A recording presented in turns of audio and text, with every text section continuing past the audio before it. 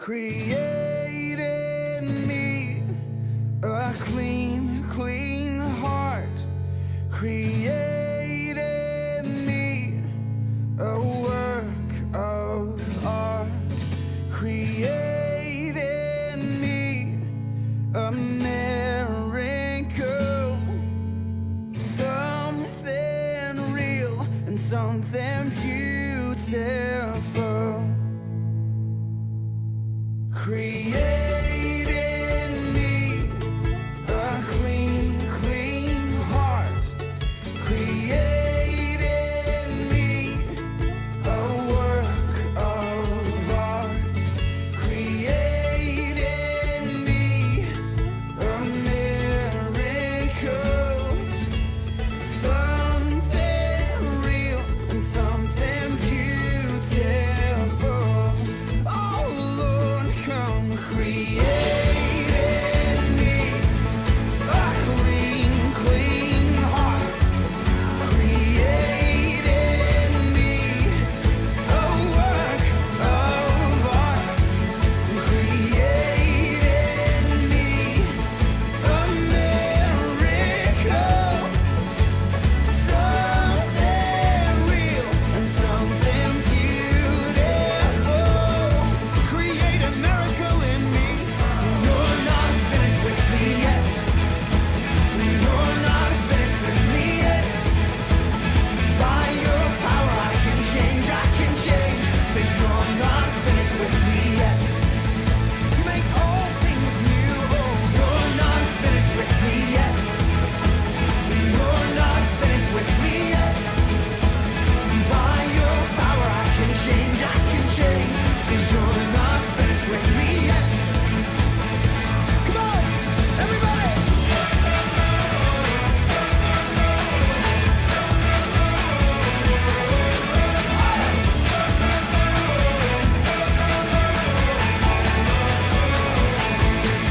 Celebrate your freedom.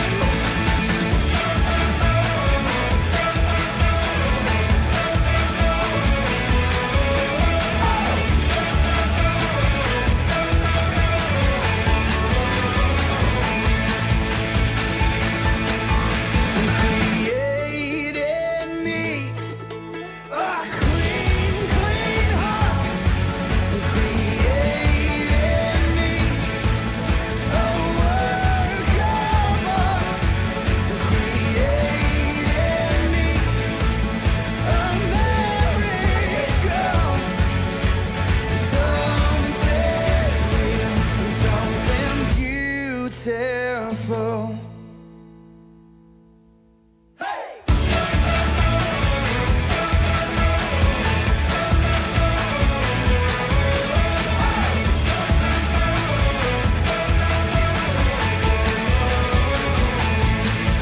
Create a miracle in me. Oh, you're not finished with me yet.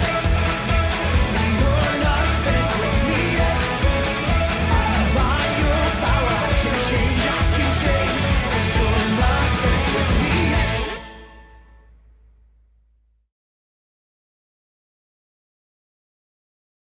All right. Hey, good evening, everybody. It is Tuesday, June the 21st. It is the first official day of summer, and it has felt like summer for a while. So, anyway, let me say good evening and hello to everybody. Hi to my mom. I love you, Mom. Hope you're doing well today. Good evening to Barbara and to Jerry and Janet, and good evening to Joshua and to Steve. And to Richard and Ellen, hope you guys are doing well. And to Kathleen, and good evening to Dayspring and to Rachel, and to the Eddies, to Lauren and Mike and David and Levi and Valor and Haven and Everett, and good evening to Elizabeth and Jesse and Philip and Salome. And let's see here. Hold on. And let's see, is there anyone else at the moment? I think at the moment, that's just us, and that's all right. And, every once in a while, and it may sometimes be the Psalms, or it may sometimes be, even though we're going through Isaiah, there are going to be days where Like today, going through today's Psalms, just felt like we needed to look at these Psalms again today, where we may change it up here and there especially when we're in like a transition point going from like Isaiah 12 to Isaiah 13, that it's a nice transition point to just have something a little different that day. And so today we're going to look at just these Psalms. We're going to look at Psalms 111, 81, 141, and Psalm 51. And I've titled today's Daily Manna, Lord, let your truth dwell in my inmost being. Like it says, we'll see here when we get to Psalm 51, it says that's what you want. You desire truth. You desire truth in the innermost place. Like you want, Lord, what you desire in me is not for me to simply walk in righteousness, but that righteousness will pervade my entire being, that it's not simply an exterior thing, but that it will be the overflow of what you're doing. You know, as we're listening to that song, Opening Up, Create in Me a Clean Heart, and that line that we sing, you know, you're not finished with me yet. That no matter where we're at in our walk with the Lord, no matter how long we've been serving the Lord, no matter how mature we may think we are, we're just babies to Him. We're still so far from being in the fullness of who He's called us to be. And so we know He's still working in us. He's still transforming us. He's still changing us into His likeness. And so my desire, I hope your desire, is to say, Lord, give me ears to hear your voice. Not to approach your word going, oh, I know these Psalms, or I know this passage. I know it. But to say, Lord, give me eyes to see, give me ears to hear what you're speaking to me. Let your word penetrate the very depth of my being, that I would live my life in awe of you. We're going to open up with Psalm 111. And Psalm 111 is this, it's an alphabetic acrostic, but it's got fewer verses, but basically got 2 letters per verse. In verses 1 through 8, there are 2 letters, and then in the last couple verses, there are 3 letters per verse. And again, the acrostic psalms are meant for, they're like foundational. These are the foundational things that you want to make sure as you grow in the Lord, as you teach your children, that these are concepts, understandings that they're grasping. And so he opens up with, hallelujah, I praise Adonai with all of my heart. In the company and the congregation of the upright, I will give thanks. I will acknowledge you in the close circle of the upright ones. And in the wider community, right, in the congregation, whether it's in a private place or in a small setting, or whether I'm in the community, I want to make you known, Lord. I want to praise your name. Verse 2, great are the works of Adonai, searched out by all who delight in them. Searched out, that word searched is darash, investigated. You dig into it. I want to know your works are great. And he says, they're searched out there. You want to understand, to grasp the heart of his works. It says, by all who delight in them. The word for delight is chafetz. It's this word, all who want, who desire, who desire the things of God. Great are the doings of God, the things that he does. I want to understand what you do and why you do what you do. I want to do what you do. I delight in what you do. It says glorious and majestic is his work, or are his accomplishments, or the things that he does, his extraordinary works, and his righteousness endures forever. His rightness, it stands until the end of the age. That his rightness is right. It says, verse 4, he made his wonders memorable. Right? He made his miracles so that we would remember them. Adonai is gracious and full of compassion. Right? So the the glory and the majesty of his work, those who search out them, those who say, I want to do what you do. And I think about your miracles and your righteousness, and you did these wondrous things that are memorable, and all of it ends up pointing back to the character of the Lord, that he is gracious, he is kind, he is generous, he is favor-giving, Hanan, and he is full of compassion. He is full of mercy, right? Merciful is this word, racham, which comes, it's connected to the word for the womb. So there's this, the tenderness of a mom, the tenderness of a mother is something that expresses the tenderness of God, right? That in the fullness of who he is, there is that sweet tenderness that when you would find as a child, when you find comfort in the compassion and the mercy and the kindness of your mama, that is an expression of something of the character of God. Verse 5 says, he gives food to all those who fear him.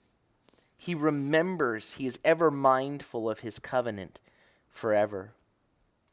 Verse 6, he shows, he displays, he reveals, he discloses his people, his powerful deeds, giving them the heritage of the nations, giving to them the inheritance of the nations, and there's this emphatic to them. And so his people, he's revealing the powerful things that he does, and it's and giving to them the inheritance of the nations. Verse 7, the works. What are the things that he does? It says, those who delight in your works, right? We look back at verse 2. Great are the works. Gedolim ma'aseh Adonai. Great are the works of Adonai. Great are the doings of Adonai. Now we come to verse 7. It says, ma'aseh yadaiv, the works, the doings of his hands. So these are I want to understand. Great are his works. They're investigated. They're dug into by all who want, who desire, who delight in them. In verse 7, the works of his hands are truth and justice. The things that he does are true, and they are just. He does what is good. He does what in terms of caring for others, what brings balance and justice, and that is what his hands do. There is evenness in them. All of his precepts are trustworthy. It says dependable, trustworthy are all of his directions, or his pekudim. All of the things that you encounter when you meet with him. That word pakad, the word pakad, we said it means when the Lord visits, a visitation of the Lord, an appointment with the Lord. So when he comes to make that visitation, and he comes and he's giving instruction in that visitation, sometimes that pakad means the judgment of God, because that visitation is coming. We've talked about this before, but here it has to do with his instructions, his details, his precepts. They are true. They are amen, right? They are trustworthy, all of them. They are upheld forever and ever, or they uphold. They are the support. They are that way. Everything is supported in what he has, upon what he has said. They are the foundations. They are upheld forever and ever, made in truth and in uprightness, or that the word for uprightness being hammered evenly. He has sent. He has dispatched redemption to his people. He has ordained his covenant forever. Holy and awesome and awe-inspiring. That word awesome here, when it says to fear the Lord, is to be in awe of him, to have an awe, a recognition of the grandeur of who he is. Well, holy and awe-inspiring is his name. is who he is his reputation, is his character. There is none like him. Holy is his name. Awe-inspiring is his name. And again, his name, we've talked about his name. He says he gives his name the Lord, gracious and compassionate, overflowing in chesed, in love, overflowing in truth, forgiving iniquity and sin and transgressions, and not letting the guilty go unpunished. There is justice there. He holds it all together in perfect balance. Holy and awesome is his name. Verse 10, the fear of Adonai. The fear of Adonai, the awe of Adonai is the beginning of wisdom. Right? It says the head of wisdom, the chief, the beginning, like the word when the Bible opens in Breshit, in the beginning. Right? Here it's Reoshit, the beginning of wisdom is the fear of Adonai. All who follow his precepts have good understanding. His praise endures forever. And so this is where, when we say, Lord, let your truth dwell in my inmost being, it begins with this, let me have a recognition of who you are. That when I dig in to understand your ways, and I say all of his ways are true, all of his truth and justice, all of his ways are loving and kind. Everything that he does is he's full of mercy and kindness and he's generous and favor giving. Grasping that in my inmost being is where wisdom starts. The fear of, I want to grasp who you are in my inmost being. Psalm 81 is a psalm of Asaph, and it says, "Sing for joy to God our strength. Shout to the God of Jacob. Lift up a song and sound a tambourine, a sweet lyre with a harp. Blow the shofar at the new moon, at the full moon, for the day of our festival." So when you see it says blow the shofar at the new moon, and then the full moon for the day of our festival. So the difference between the new moon and the full moon is about 15 days, right? So it's about a 2-week period. So the new moon, like you think about at Rosh Hashanah, that's on the 1st of Tishri.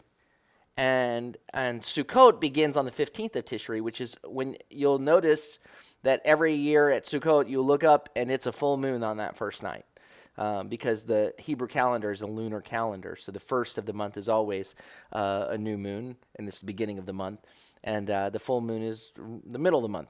And so here, blow the shofar at the new moon, at the full moon for the day of our festival. Verse 5, "For it is a decree for Israel, an ordinance of the God of Jacob." So this is a psalm that's intended for being at the festival. So it could very well be during the month of Tishri. And because of all the festivals do continue, it could also be at Passover, simply because of what we see in the next, in verse 6 here. But all of the festivals on some level do point back to our deliverance from Egypt, although Passover is obviously where it's most prominent. Verse 6, it says, "He set it up as a testimony, as a call to witness, as a reminder." That word for testimony, it's a warning sign, it's a reminder, it's a sign. He set it up as a testimony in Joseph when he went throughout the land of Egypt. He says, "I heard a language I did not understand." So the question is, who's saying, "I heard a language I didn't understand," right? Who's the speaker here? Is that the psalmist that says, "I heard a language I didn't understand"? Is this the voice of the people? Or is this God acknowledging that his people are in a land that's a foreign land? Because the next verse is definitely the voice of the Lord. It says, "I relieved his burden," or his shoulder of the burden. Right? So this picture of lifting up the yoke, right? Lifting up the oppression from the shoulder of his people. He says, "I relieved his shoulder of the burden. His hands were set free from the basket. You called out in trouble, and I rescued you." It says, I pulled you out. I stripped you away from there. I answered you from the hiding place, or from the secret place of thunder, right? I answered you hidden in thunder. He says, I tested you. The word for tested is bachan. It's like looking, it's an assayer of metals, one who, like a jeweler with a magnifying glass. I tested you at the waters of Meribah. So I brought you out. I pulled you out of there. And I put you through the test. He says in verse 9, Shema Ami, hear my people, listen my people. And the Shema means hear and do. It's two sides of a coin. Hear and obey. He says, I will admonish you, or I will bear witness to you, I will warn you. If you would listen to me, O Israel, let there be no foreign God among you. And you shall not worship any alien God. I am Adonai your God, who brought you up out of the land of Egypt. Open your mouth wide, and I will fill it. All the people had to do, he says, if only you would listen to me. Do you see what I've done? Do you grasp what I've done? I brought you out. You know, you think back to the Psalm 111 that we just read. It's Lord, I want to grasp the greatness of your works, of your wonders, of your extraordinary works. What does it all point to? I want to investigate them. Well, it points to your character. It points to your trustworthiness, to the truth of who you are, to the steadiness of who you are. Why wouldn't I trust in the one who has delivered me? Why wouldn't I trust in the one who has only ever always proven trustworthy and faithful and loving and kind and compassionate? He says, I'm the Lord, I'm the one. And he says it with emphasis here. Anoki Adonai Eloheinu, I myself am the Lord your God who brought you up. Like, oh, just open your mind, mouth, like a baby bird. Like, I'll feed you, like a mother to a child, or the baby bird. I'll feed you. Open your mouth, and I'll fill it. That's all. I just made it very simple for you. He says, verse 12. He says, but my people did not listen to my voice.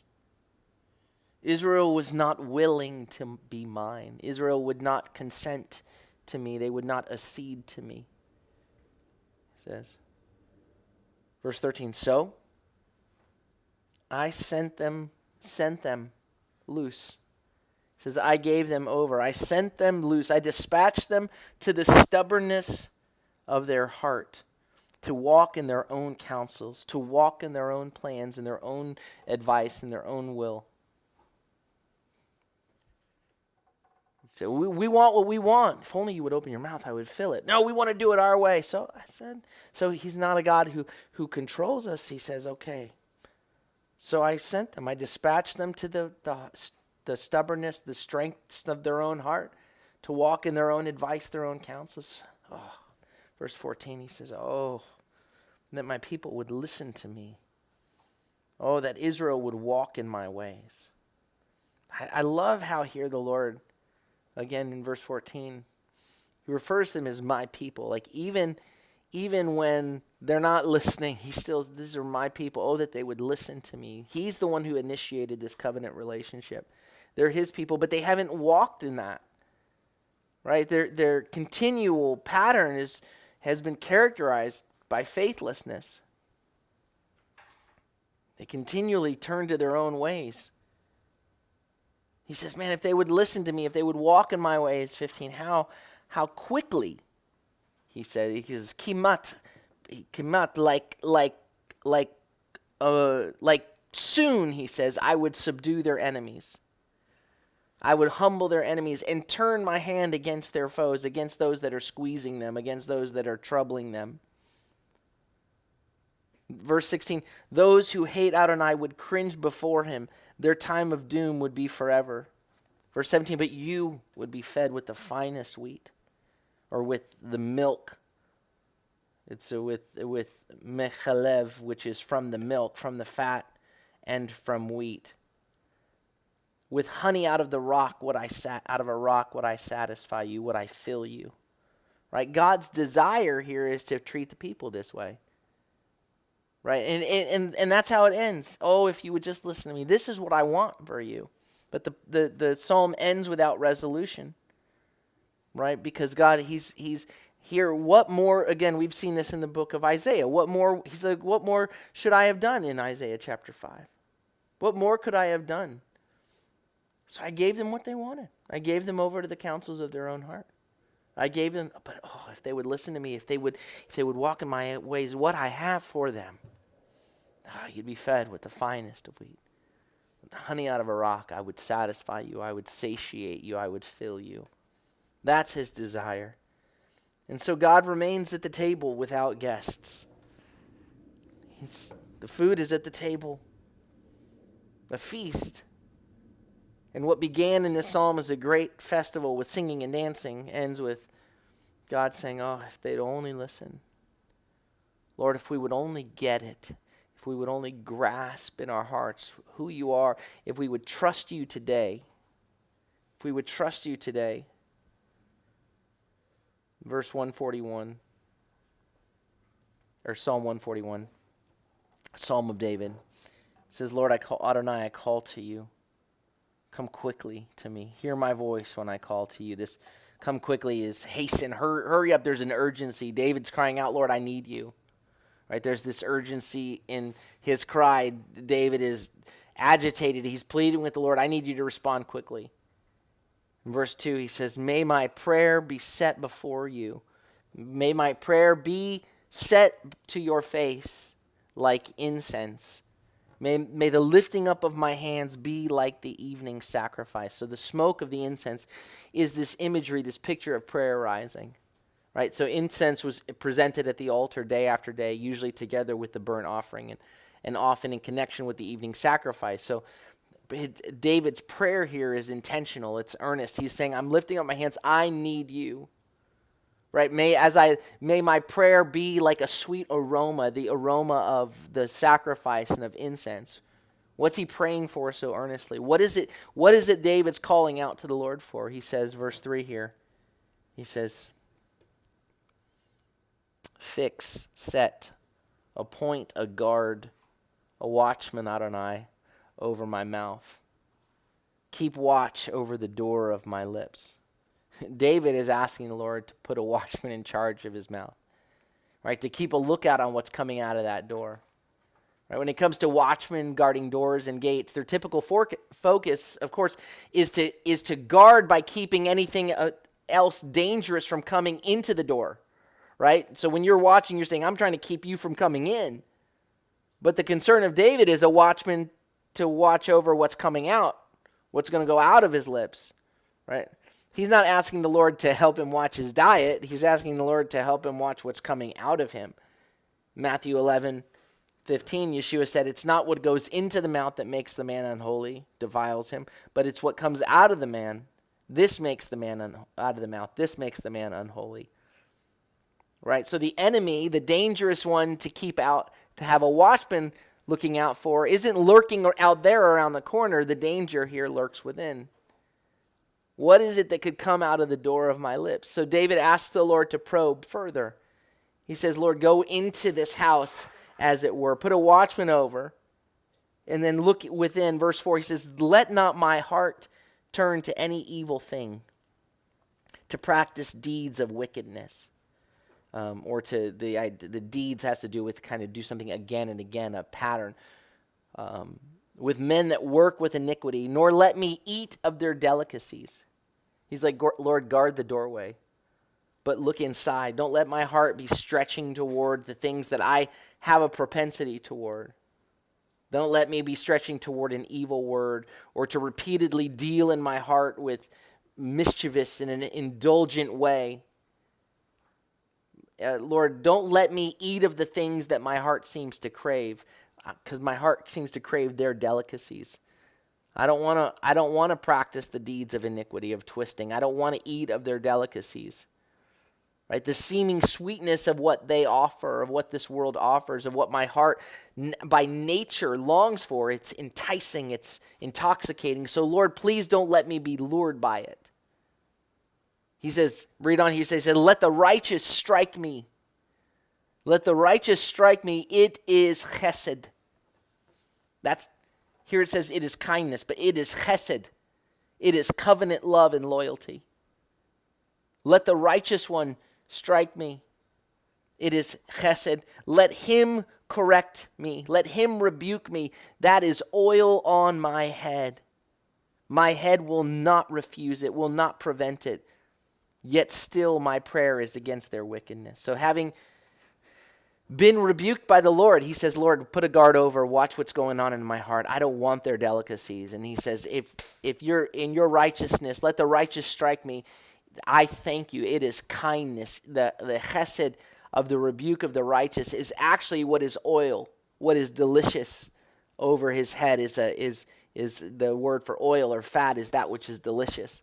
He says, I've been awakened. This is what I need, right? I'm not gonna try to stop it. I've been awakened, jolted out of my delusion.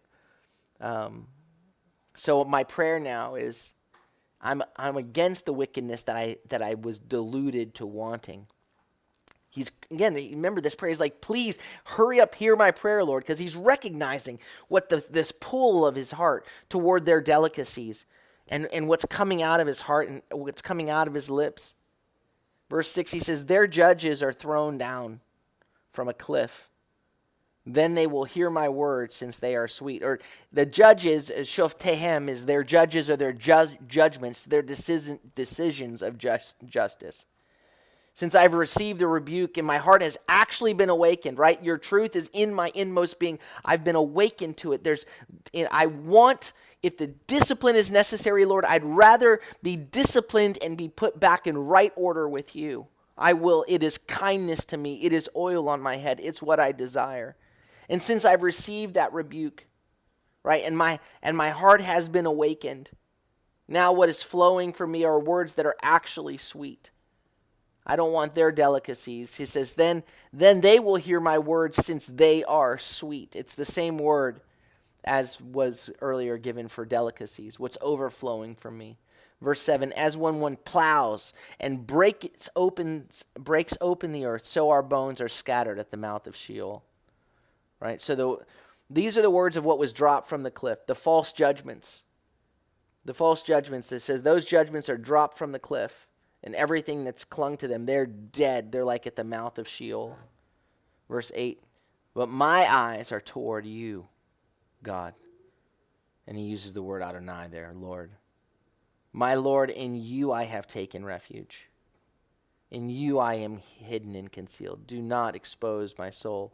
Keep me from the jaws of the trap they have laid and from the snares of the evildoers. Let the wicked fall into their own nets, while I pass by safely. Lord, I want to walk safely in you. I'm trusting you to guard me. Of course, we come to Psalm 51, and this is a famous psalm when Nathan the prophet came to David after David had been with Bathsheba. Of course, we read the stories in 2 Samuel chapter 12, verses 12 through 25 is part of it. In 1 Samuel 15,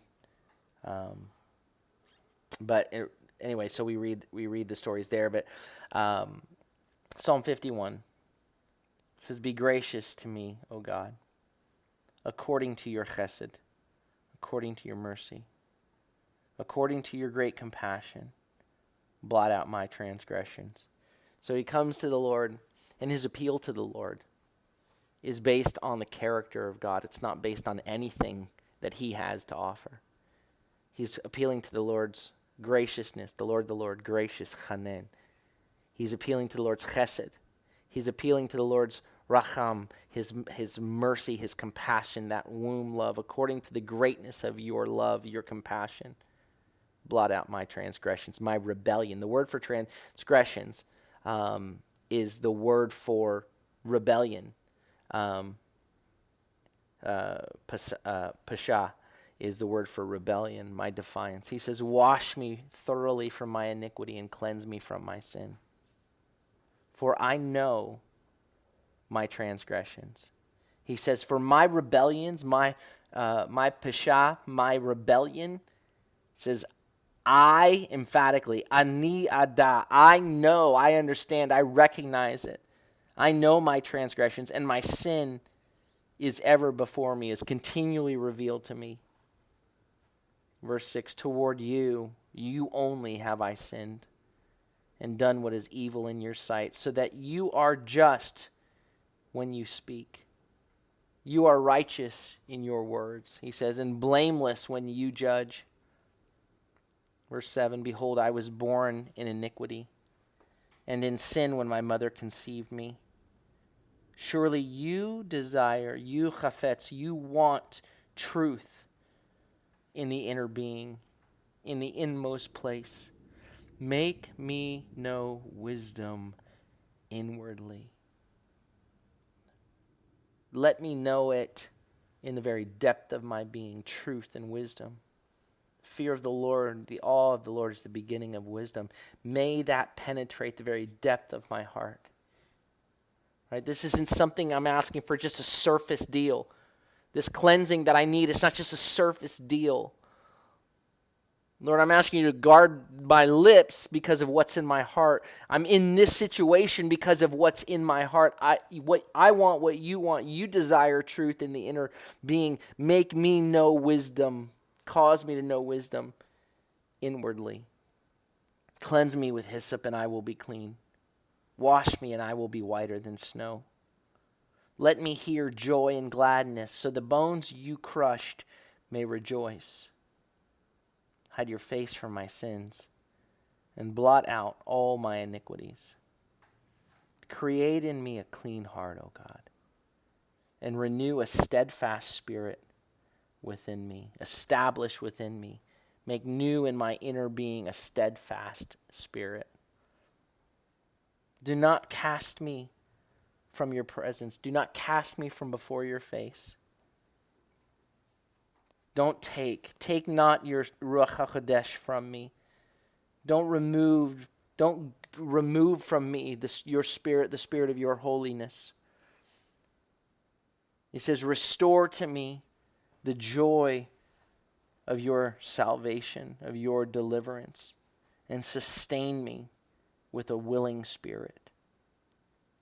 Sustain me with where I'm bringing you a free will offering, where I'm bringing this to you from a transformed, from my desire to walk in your ways. The result of that, verse 15, then I will teach. And he uses the first person cohortative here. I'm intent on instructing, on teaching other rebels, other transgressors. I'm not better than them. I need you first. I recognize my rebellion. Have mercy on me, O God, according to your unfailing love, according to your great compassions. Blot out my rebellions. And then I will teach other rebels, others who've been defiant of your ways. I will teach transgressors your ways, and sinners will return to you. Deliver me from blood guilt, O God, God of my salvation. Then my tongue will sing for joy of your righteousness. O Lord, open my lips, and my mouth will disclose your praise. For you would not delight in sacrifices. Sacrifice, again, that's that word chafetz. You don't want sacrifice, or I would give that to you. It says your burnt offerings are not what pleases you. Verse 19, the sacrifices of God are a broken spirit. A broken and a contrite heart, O God, you will not despise. You won't think lightly of. He desires truth in the inmost place. He doesn't want empty sacrifices. He doesn't want expressions that don't penetrate the depth of our inward being. I'd give it to you. You want dead animals? I'd give it to you. You want this? I'd give it to you. But what you want is a broken spirit and a contrite heart, God. You won't think lightly of that. That's what you want, is a heart that really recognizes it. What God desires from us is a heart that grasps the reality of who He is and who we are and all that He's done for us, that we would walk in the beauty of that humility, of that contrition, of that brokenness. It's beautiful in the eyes of the Lord. He doesn't despise it. He doesn't think lightly of it. It says, in your favor, do good to Zion. Build up the walls of Jerusalem. And really the prayer here is, because here David is king. David is king, and David recognizes that his rebellion, his destruction, it doesn't just affect him. as the king of Israel. The capital city is Jerusalem. Right? He realizes that his own sin can have an impact here. So he asks the Lord to guard those who would be impacted by his sin. He says, in your favor, please do good to Zion. Build up, strengthen the walls of Jerusalem. Then you will delight in righteous sacrifices and whole burnt offerings. Then bulls will be offered on your altar. Then it will be what you truly desire. The reality of what God desires will be expressed. Our prayer, our desire is to not go through some performance with the Lord, but to say, Lord, help me to grasp your truth, to grasp your word in my inmost being, and to be pleasing to you. I hope that's your prayer. Each day as we go through his word, as we walk with him, as we love those that he has surrounded us with, wherever they may be, not just the lovable, but the unlovable, as we love as he loves, as we recognize that he has been kind to us when we were rebels, and that as we receive his graciousness, then we respond by bringing understanding and bringing his character to others who are walking in rebellion of his ways. May his word capture us. May we grasp it in our inmost being. Amen? All right. Well, let me say good evening to anybody that I missed. Good evening to Sharon, and good evening to Sonia and Sonia Valenzuela, and to Margarita. Good evening to Sonia Takach, and hello to Pat and Lori. How you doing, Lori? I hope you're doing well. And let's see here. I think there's everyone there. Good evening to Pastor and Sister Martinez. Hope you're doing well. And let's see. Anybody else? And good evening to Misty and to Sharon again. All right. I see what the issue is. All right. And so I think that's it for today. Well, may the Lord bless you and keep you. May the Lord make his face to shine upon you and be gracious unto you. May the Lord lift up his countenance upon you and give you peace. Shalom, shalom. Have a beautiful day. Create in me a clean, clean heart. Create in me a work of art. Create in me a miracle, something real and something beautiful. Create